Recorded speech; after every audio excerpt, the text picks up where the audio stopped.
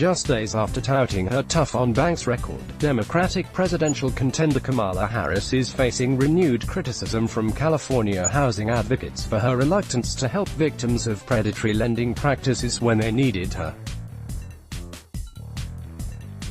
Faith Bautista, president and CEO of the National Asian American Coalition (NAAC), spoke out against Harris' celebration last week of the recently paid-out housing settlement in an interview with Real Clear Politics, complaining that she was a coward when they needed her to stand up to California's Democratic Governor Jerry Brown. Recent stories in politics: housing advocate calls Kamala Harris a coward for silence on misspent funds. Stacey Abrams' PAC pushed $1.2 million over to dark money entity Harris outs gun control plan on CNN. During shooting in 2012, Harris and other state attorneys general negotiated a $20 billion settlement with major mortgage lenders over their role in the 2009 financial crisis. While the settlement money was meant to provide relief to struggling homeowners, then Governor Brown had his own plans, diverting $331 million to pay off state debts.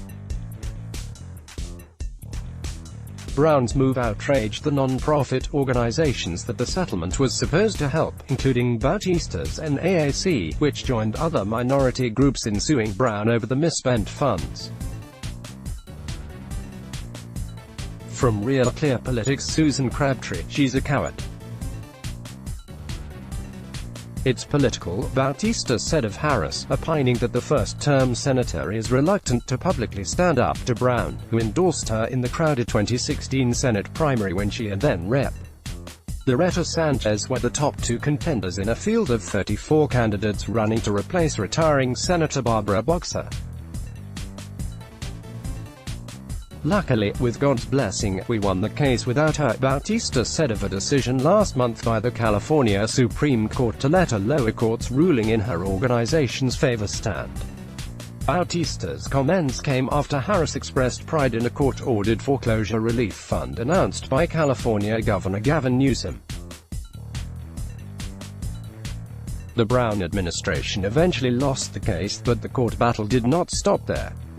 Despite a record budget surplus of $21.4 billion, current Governor Gavin Newsom appealed the case to the California Supreme Court in his own attempt to misspend the money.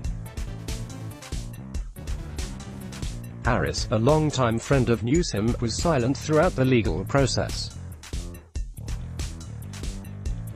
She refused to meet with the NAAC and other non-profits, offering nothing but a brief statement in support of the homeowners. This has taken 5 years and I can't tell you how many times we've begged for Democratic officials' support, Bautista told Real Clear Politics.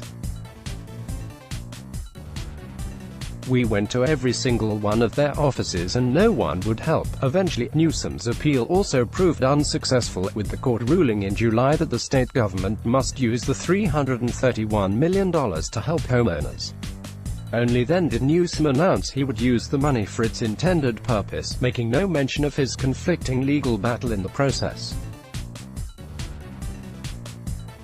The idea that human beings could take advantage of other human beings at this level and go to bed at night and hug the kids is extraordinary in and of itself, said Newsom, who did not disclose his own sleeping habits. Bautista expressed skepticism that Newsom will follow through on his promise. We really don't know what Newsom's plan is, it's so vague, said Bautista.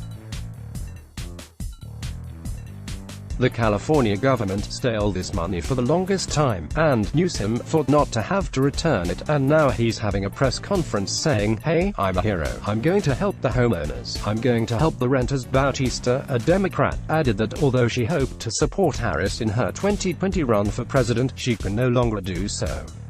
Let's block ads. Why?